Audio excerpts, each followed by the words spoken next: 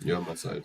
Hello and welcome to the Amazon Digital Nomad Show, where I'm joined by Thomas Parkinson and Gavin Sweeney. Today we're going to be talking about Amazon being saturated, hiring people and firing people.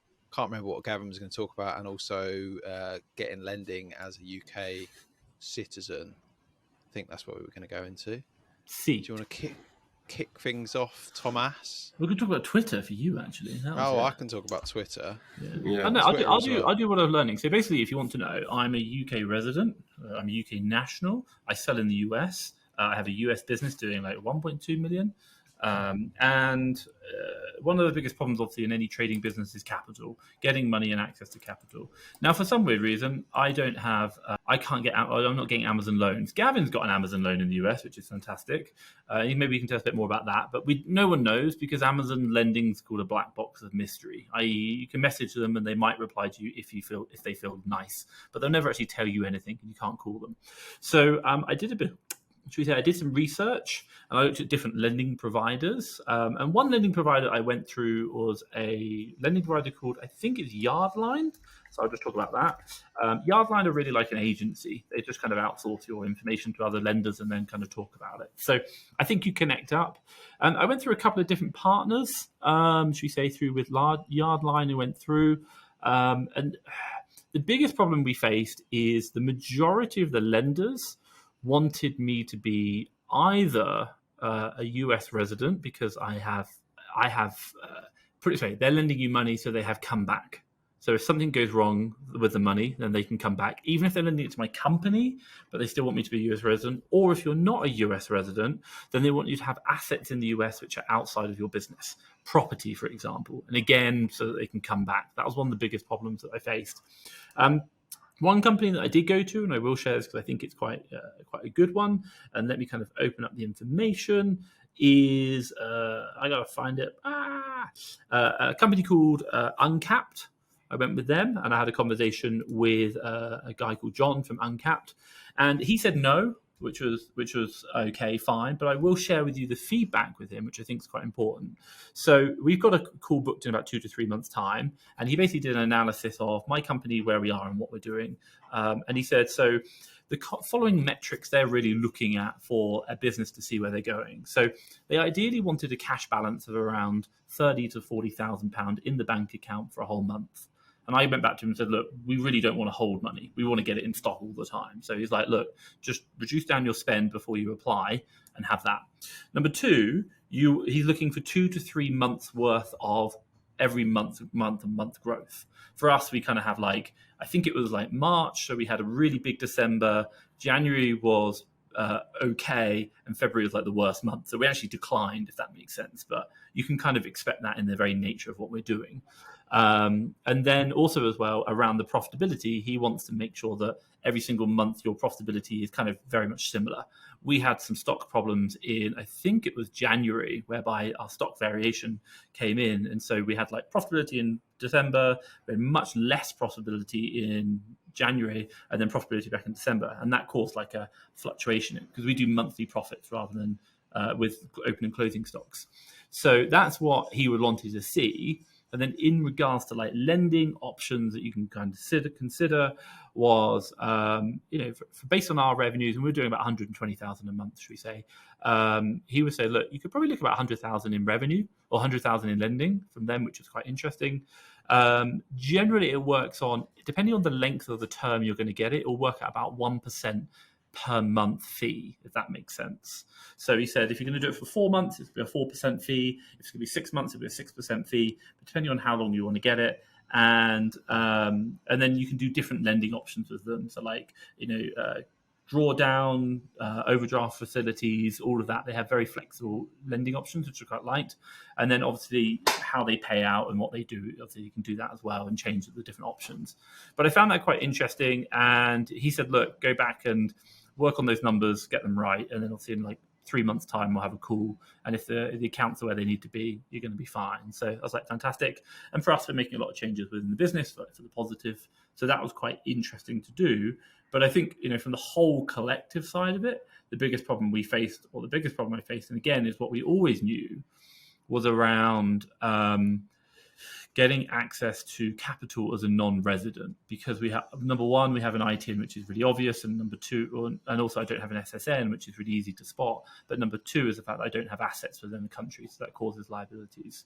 So yeah, that's really it. But on a side note, I did manage to get my Amex Blue increased from a whopping $2,000 credit limit to amazing $1,000, which my team are so excited about, and they definitely don't spend in one day. So we'll see, but I'll give it I only asked for that much because I'll probably come back in a month's time and increase it to 10,000. But again, I know with capital, you shouldn't just go from 2,000 to 20,000. You should do increments and show that you can manage that. So probably I went a bit too short, but we'll see how it goes.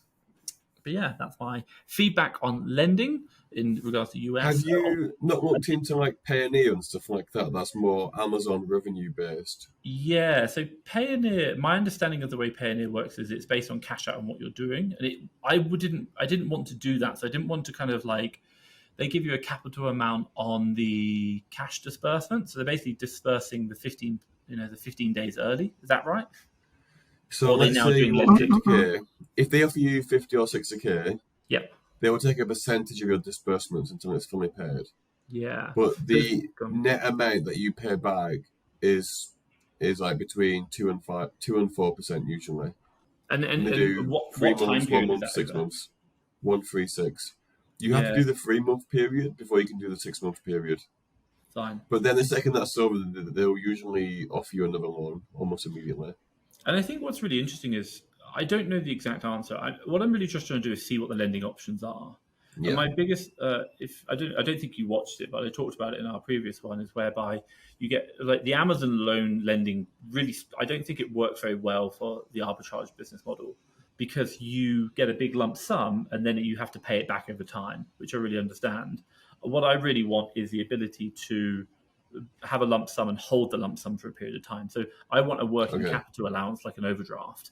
That's what I'm really looking for, because I want to keep refinancing that option, should we say, not paying it back. Because when you pay it back, you're kind of skewed. You've got an area up here where you've got, this is revenue, should we say, this is capital. Mm-hmm. Capital amount. I've got a lot of capital, all completely paid back. So capital in the bank, it comes down. Up here, I can't spend it all. And down here, I could spend a lot more, which is what we see in the UK right now, which is causing us big problems. So I'm trying to see different ways to do financing, and an overdraft facility would be ideal, or an access to capital facility would be much better. Does that make sense? Yeah. What's the highest you've run up your credit card in the USA? Because I think ours has run up to 30 or 40k at one point. Yeah, 40 on the Amex Platinum personal. Yeah, I guess you want the Plum card, the Amex Plum. We've got really the Amex Blue. What's the payback time on that? It's not. The Plum is 60 days. It's a complete, you can hold it forever. Well, your Platinum's a personal one, not a business one, or have you got both? It's personal because that's the way you do it to start with. Oh. My limit's 100k on that. Yeah, so we haven't pushed it, if that makes sense. But how long have you been using it for, may I ask? Since last March. Fine. So you probably pushed... Is it Platinum? Yeah, it was Platinum. I've changed it to a Gold, but it was always a 100k limit, and they've not increased it, but they've not decreased it either. Because how do you know you have a limit? Because they're not limit cards. You can check because we went up to 120k one month, and they emailed saying, "What's going on here? When are you going to pay it down?" And that's personal or business? No, it's a business one, but it's just dollar. It's just a dollar Platinum card. That's why I was confused when you said personal. Yeah, so it is a personal one. So when we first started in the US, to get the Amex open, we created a personal card first. And then once we created the personal, we created the business Amex. Right. So I'm just going through that process. Does that make sense? But why do you need a personal one? I think I'm missing the point here. Because the personal was the first one we had. Oh. Rather than the business. Question for you. So is yours a US Amex? No, it's just a UK one, but in dot. That's why. So you have a UK Amex, don't you? It's a different currency. Dollar facility, yeah. Yeah. So we actually have a US Amex. Oh, got you. Yeah. Okay. And which is quite more complicated. Yeah, because they use, it's like in the UK they use your credit rating to give you Mr. Seth, well done, you've got a good credit rating, we'll give you an Amex card. But if you have no credit rating in the country, it's really hard to get access to capital. And Emirates are generally like, we're not interested in the low, like the people who aren't got bad credit rating. We want good credit rating people. So hence you start with the personal and then you work your way up. Make sense? Nice. Yeah, no, that does make sense. Gavin, let's talk about your massive IRS bill. Ooh, yeah. So I started just walking to the shops, going out to buy some socks, as you do. And then I see a PDF.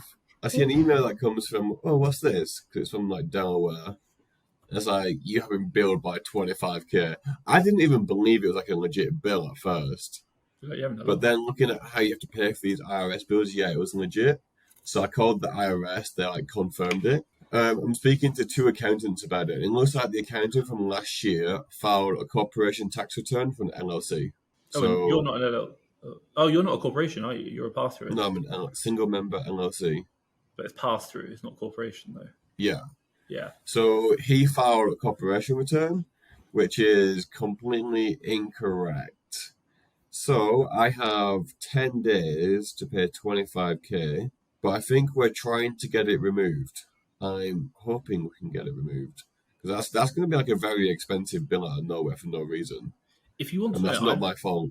I think I'm technically going to get the bill, but we're filing for an extension so that I can file. There's no revenue. Basically, we created a company in the US, but we haven't traded. But when I heard about yours, I contacted the people who created my company, not the Amazon business, as another one. And they were like, no, you need to file that. And so I was like, shit. And I spoke to the accountants who we were going to use. And I was like, by the way, I'm really scared. They were like, yeah, you need to file because you're going to get this. And by the way, we're way too busy to file for you by the deadline.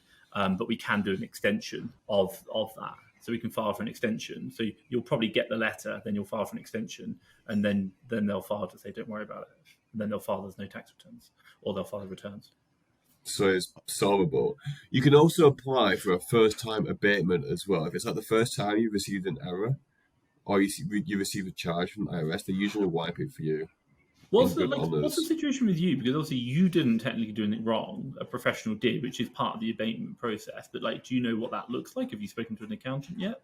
So the accountant I have now is like, I'm not sure how you fix this. Your accountant has done everything completely wrong, basically.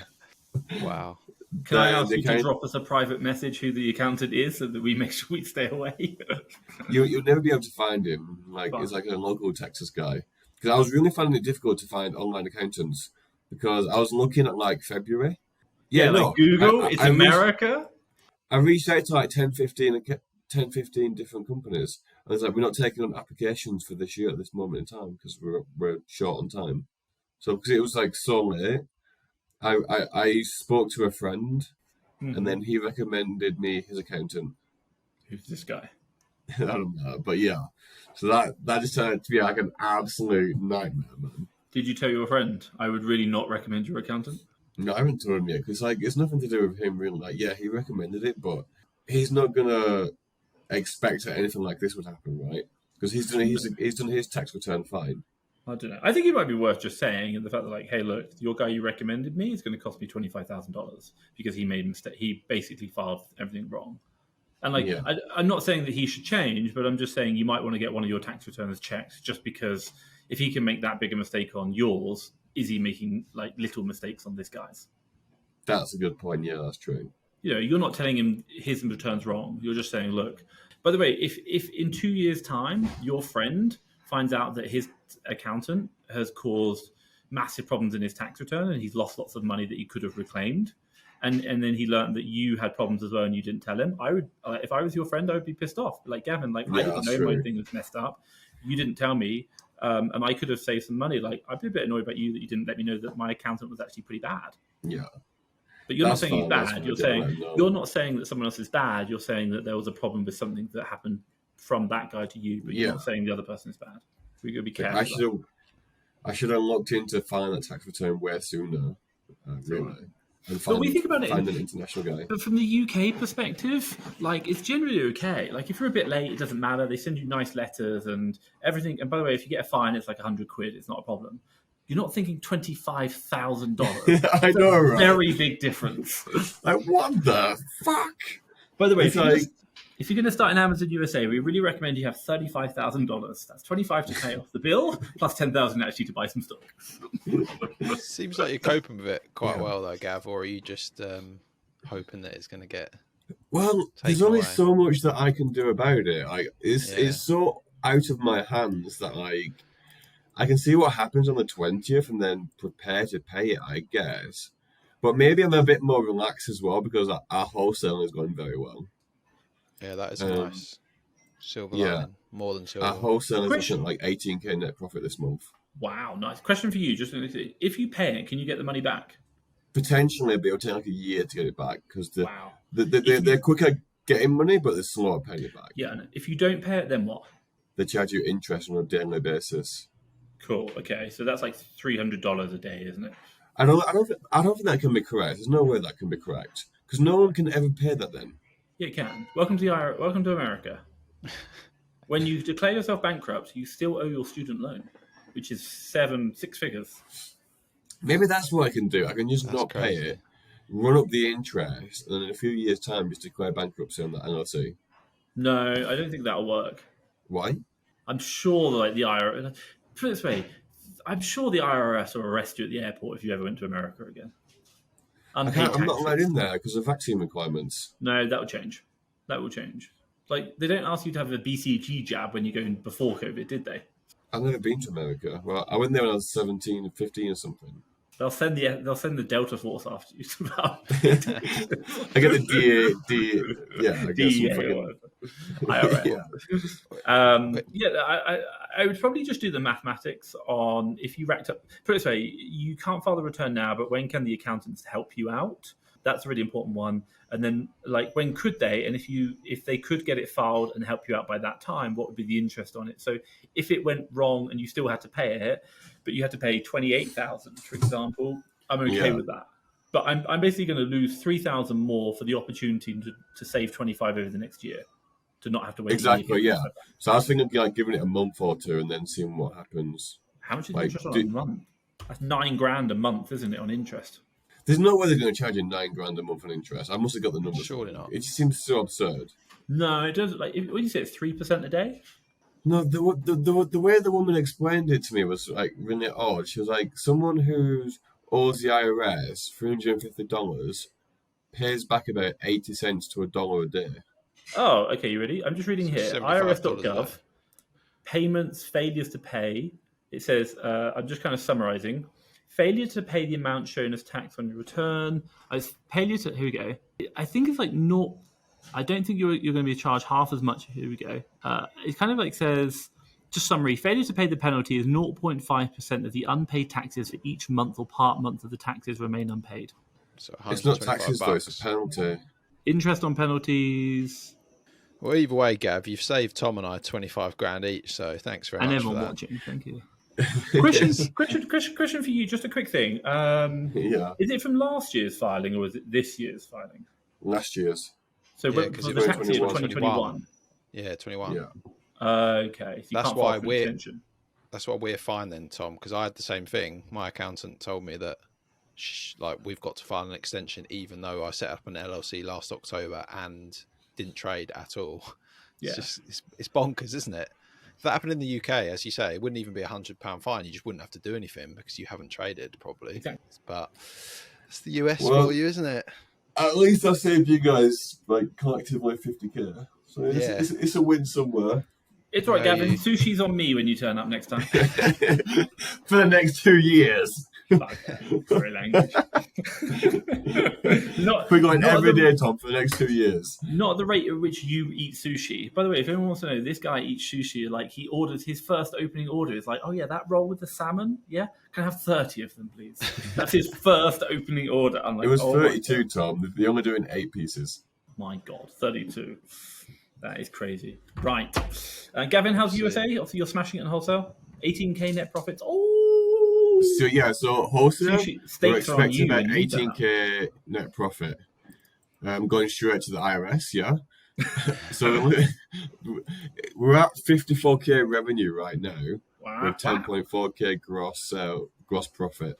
So we're actually on our third month of wholesale, we're doing over 100k revenue. So you're looking. So if we're talking about 100K top line revenue, you're talking.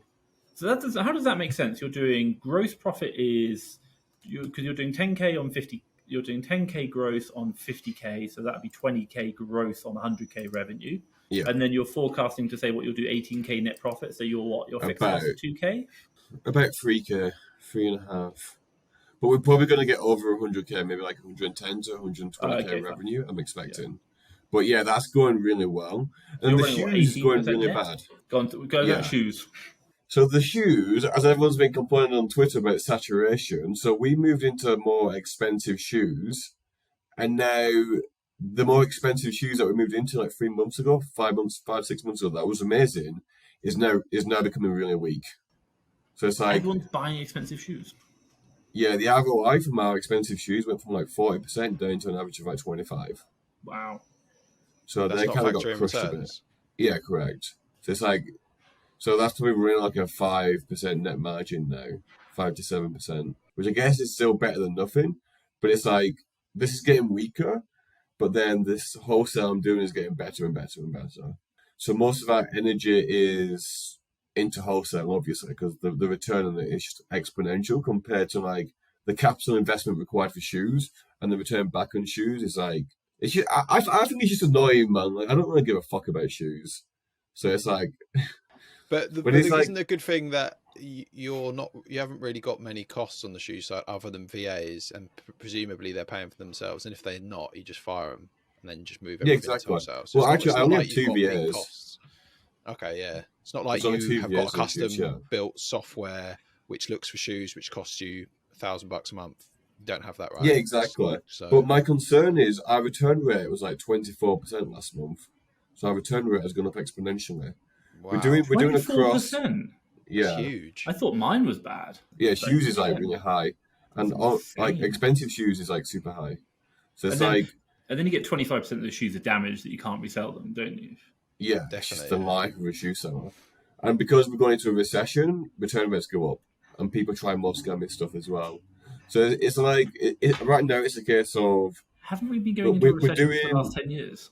Yeah, but like since after COVID though. Like COVID was a recession apparently. But anyway, so it's kind of like return rates is going up. The ROI is coming down now. So my question is how much life is left in this? It's probably fine. But it's like, I don't want to put in too much energy into something that's, I can try and find new types of shoes. That would be amazing. But then it's like, how long do I have to do that? Do I only have 3 or 4 months for them to sell some like new type of shoes? That's amazing. Whereas the wholesale is like, it's just a massive cash thing. We just need more and more money. We just don't have enough for it. And the margin is so good. It just seems like the shoes have got too low a barrier to entry and there's not enough niche items. Like you kind of know what shoes are available on the market, right? Whereas in a category like, I don't know, home and kitchen or whatever, you're always going to be able to find some really weird products that no one else knows about that you can make massive ROI on, I'm sure. But with shoes, I don't think there's as much of a breadth of opportunity. It's like you've got running shoes, you've got smart shoes, you got like there aren't that many weird products out there. Exactly. And it's very heavily promoted on Twitter. It's so heavily promoted on social media because it's an easy way to get mentees and stuff like that because they instantly get high revenue. What, sexy orange bars? Like you couple doing shoes with a bit of gift card fraud, and then you can sell mentorship so easy. You don't need a VA. You just buy 10 pairs yourself. That's 20 grand done. Yeah, I was say, do you actually think that money Twitter has caused ROIs to go down that much, or is it just a general market trend? Yeah, you do.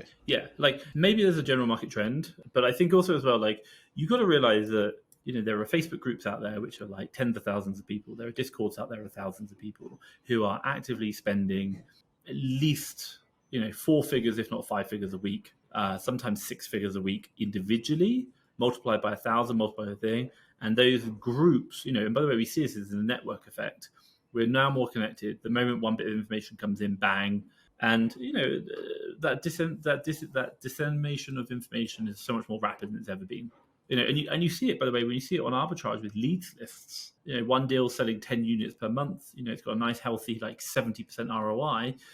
all of a sudden 500 sellers come on with 10 units of stock each, and it's just like insane. You know, the new seller count goes like there's no tomorrow. Yeah, I'm trying to work out whether books hasn't happened to books because like money, Twitter, or other things haven't got onto it, or because you actually just can't go deep in books. Can't buy. That's it.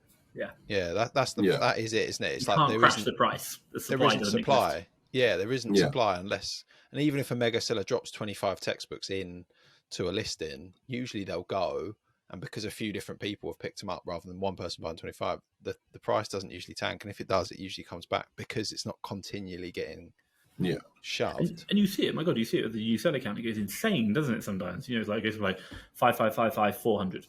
Well, like 50. Yeah. It does. So it's like I see why this guy on Twitter posted about saturation on OA is definitely a real thing, and Twitter blown up because of that. And what they're not thinking about is the context. When you're trying to spend 6 figures of capital every single month, then your entire niche is almost ending because people have just swarmed it. What do you think is more logical, to find a new niche and say OA is absolutely fine, or is it more logical to go into wholesale, which is going to be more protected in the long run, and then say OA is saturated? Because to me, that seems like a natural route of progression. He done OA, his stuff got all like shafted, completely tanked, whatever. The market changes. Okay, I can continue to fight the OA trend and find something new, or move into wholesale, where what I'm doing is going to be a lot more protected. Like, wholesale seems like a very obvious answer to the problem, right? Yeah, especially if you've got cash. If you've got cash in the bank, you should either do wholesale or private label, or build a brand off Amazon, or build a software. That's what I think. Or anything else. Yeah. No, is it anything except OA, but stay in the physical product space or software? I think, just like on a side note, is that there's a big thing in the room that no one's even thinking about. Is OA outside of English-speaking marketplaces? What do you mean? It's in Mexico, isn't it? And like Germany, for example. Germany's bigger than the UK. And by the way, the whole of Twitter, the whole of the thing, the UK does it in their native marketplaces. But like, there's so much opportunity in Europe for this. But it brings the question: do you want to move 6 figures to a completely new marketplace, or do you want to bring it into your local marketplace doing wholesale? No, it's kind of like, I think it's risk-reward ratio, isn't it? Agreed, but I still think it's worth exploring, and I still think there's an opportunity. Yeah. I really do. But I just look at it and like you see it, like, you know, like, I'm not saying just Amazon, but I'm saying like just general kind of like side hustles in general. They generally start in the United States and then they transition over to the UK pretty rapidly because we speak the same language and we learn from connected networks. But you know, and obviously Germans speak English to, you know, good standard. But I don't think the dissemination of information is so key. Like, you know, I like to think I'm quite a well-connected seller in the UK marketplace, and I know very few people. Like, I could probably count on one hand the number of people I've spoken to who sell in Germany directly. Yeah, everyone gets scared off by the regulations that you have to, like the files it's you just have complex. to file. And what you're really saying, Gavin, what you're saying is that when it's easy, everyone's doing it. When it's hard and there's barriers to entry, wholesale, for example, needing more capital, that is a reason why you should go into it, because what you're saying is that it's harder for everyone else to do. You're going to get it. Seth's saying it's harder because the supply doesn't exist. It's a barrier, which causes less people to get into it. And so if I went and promoted, hey guys, buy this book, 5 people can buy it. Whereas if I could say, buy these sneakers, 5,000 people could buy it. Like, my access to share the information, and like Seth can't really say, you know, can't sell his book for too much information. You know, like communities. The communities of 5 would work for books, but community for 5,000 wouldn't work because they can't buy the sneakers. But I still think the same thing exists in the US. It's a natural barrier to entry. So much opportunity. Yeah, I will say 2024, I think I'm going to start up Amazon Mexico. I've got a local guy who I can connect with. I'll introduce you to my friend when you come back. He does over $1 million here. Does it? Well, just in Mexico? What, OA or RA? No, it's wholesale. Oh, right. I was probably going to do it OA. Because it's tell you about the marketplace. That's what you're interested in. I'm interested in selling lots of supplements to expats for 3 times the price. And I say that as someone who is buying them. So I then started looking at all the other stuff. Yeah.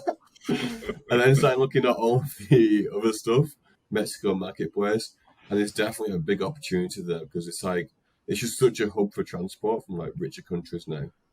Well, do you think there's good opportunity just buying and selling on Walmart and then a major places like that in Mexico. Just no one's doing it. Yeah, exactly. Like barrier to entry. There's a lot. Because people won't. If someone has to think let about me- customs and duties charges from like country to country, they're probably not going to bother because it is complicated, right? No, I just that's a mean really high doing barrier it to on entry. Mexico. So, like, if you're in Mexico, Yeah, can you not just go on Walmart.mx, buy it on there, and send it to? yeah, I guess so. Yeah, That's what I mean. I was wondering if that's actually an opportunity that's available. Must be. I think so. But would it be cheaper to import it yourself though? I wonder. It depends. Tom's disappeared. Oh, he's just said restarting the thing. It's still going anyway. But yeah, so but shipping it from America is going to be more expensive, isn't it? Surely it's going to be cheaper in Mexico because the peso's weak and it's already in Mexico and it's probably come from somewhere else anyway. Exactly, it comes from somewhere else anyway. So it depends on the additional money that they add to it, right? Right. Because they'll be upselling it. Right? They'll buy it from that country, then they'll add their own price onto it. Then you're going to add your own price onto it. So it kind of depends. Maybe if it's something like Walmart, they're buying things in such massive bulks that you can kind of get away with buying it from them. But it depends on exactly possibly. what you're looking for. It's like if you're looking for very specific supplements or items, you may just have to import them. It's like some of the stuff that I was buying from Mexico on Amazon, it was like 70% cheaper in the USA. And they still sell like 20 to 40 a month.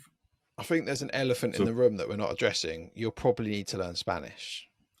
Oh, see, amigo. To do it well, surely you will need to be able to speak Spanish, you would have thought, right? But I'm learning Spanish. Oh, okay. You're going to be fluent by 2024. Well, I technically have an employee ready to go in Mexico. Oh, really? Just match his current wage, yeah.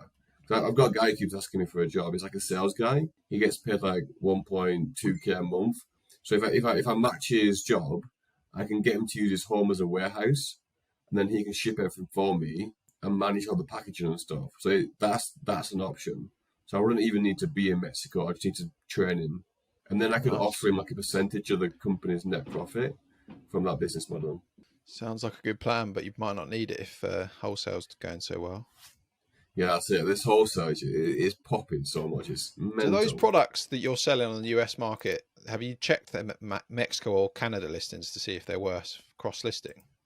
That's a very good point, actually, because we do a lot of beauty. Yeah, so I'm sure you'd be able to just do the the multi-channel thing, just because we sell some books on Canada and Mexico, not a lot at all. It's like a couple of $100 a month, but I'm sure your beauty thing would sell, and all you need to do is just mark up the price a bit to cater for the exchange rate and just the slightly extra shipping and stuff. The only problem is if returns do come in, you can't ship them back to America. Yeah, that's the annoying thing. You maybe have to choose SKUs that are slightly less costly. Maybe. Yeah. Yeah. But it's like everything we buy right now in the USA is just selling so quick. Well, we're doing like prep very center fast selling lessons. Yeah, it's for the returns. We'll have to see, because I think like it just depends on how this continues to go. We've managed to get up to like 52K available stock now. But that's the thing. So we've been managing about what's the cubic 40K feet available stock. I have no idea. It won't be that big. Hold on, let me check. So for example, we've been averaging about 40,000 available stock, and we've been doing like 3 to 5K sales per day. So if you think of that, we're selling. Well, how much is that? Hold on. 4K stock is going to be about 2 to 2.5K cost of goods. So it's like all of our stock would sell in like 20 days. Like our stock sells so quick, and that's one of the biggest bonuses about this wholesale model, right? Is how quick your stuff can actually sell, because the competition is just not the same. So people say, cash flow for wholesale is slower, but if your supplier is ready to ship your products immediately, cash flow is much quicker because you sell much quicker. Right, so it's 140 cubic feet for 6,200 units. Is that it? Wow. I know, right? It's so good, isn't it? You should ship some to me. I got 650 cubic feet. What were your storage costs last month? For the wholesale, I think it's like $14 or something. Yeah, $13.38 in February. Wow, that's incredible. Well done. Because everything's just not sitting there for very long, I assume. Just sells. It's crazy. That's awesome. So yeah, that's, I think, longer. And as long as you can get you can use Amex points for wholesale. I'm happy. So I can still get expensive flights, which in USA, they mostly accept Amex. So it's just a massive bonus. Do you want to move on to Twitter? How life is on Twitter, and people like Gavin promoting how OA is dead and wholesale is amazing. I'm not and promoting how anything. it is for I just Seth. speak about wholesale. But you're saying wholesale is amazing. Yeah, that's true. but I'm joking. More like Seth. Seth, you just started Twitter, and why, and how are you finding it, and what advice do you have for people who want to follow in your footsteps? Yeah, so for some context, I've only done a little bit of posting to Facebook groups, and that's been the way that I've met these two chaps to the right or left of me. And I actually just didn't know anything about Twitter at all. I think I opened an account in 2010 and then sent about 50 tweets out of random stuff. My last tweet was something about the boxer David Hay in 2012. Just some random retweet. So 10 years later, more than 10 years later, I thought, let's give it a shot. I didn't even know how to do a retweet or like how any of it goes, but I've been on it for a couple of weeks. Quite like it.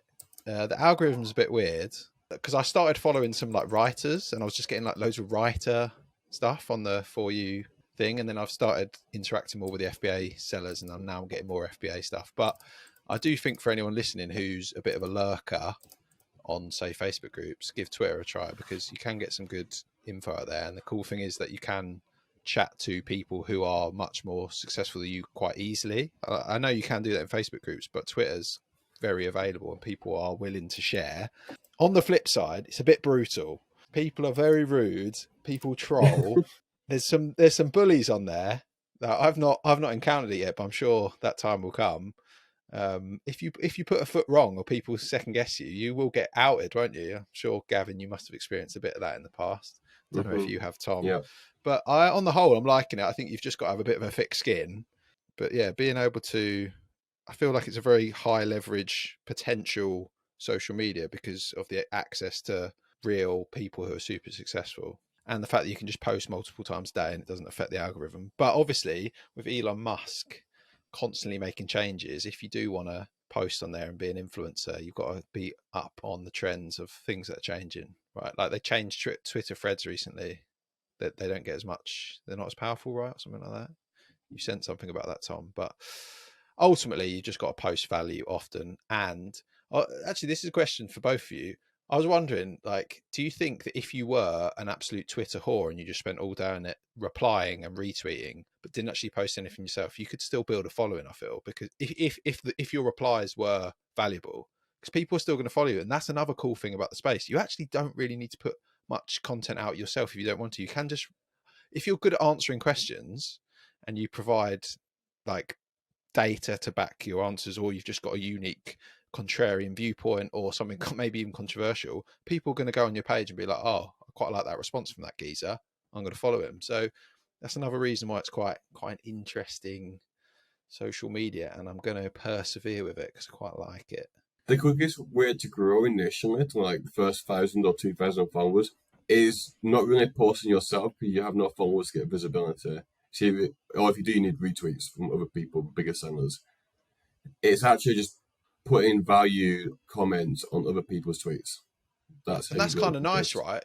That kind of takes the pressure off you having to, like on YouTube, most people aren't on YouTube because there's a big upfront like cost to your time, energy, and also the fact that you're putting yourself out there. It's a bit scary, and a lot of people aren't good on camera. Twitter's the complete opposite. You don't need to be on camera. People don't need to see your face. You can be ugly as sin and you can still do well on it, aka Gav.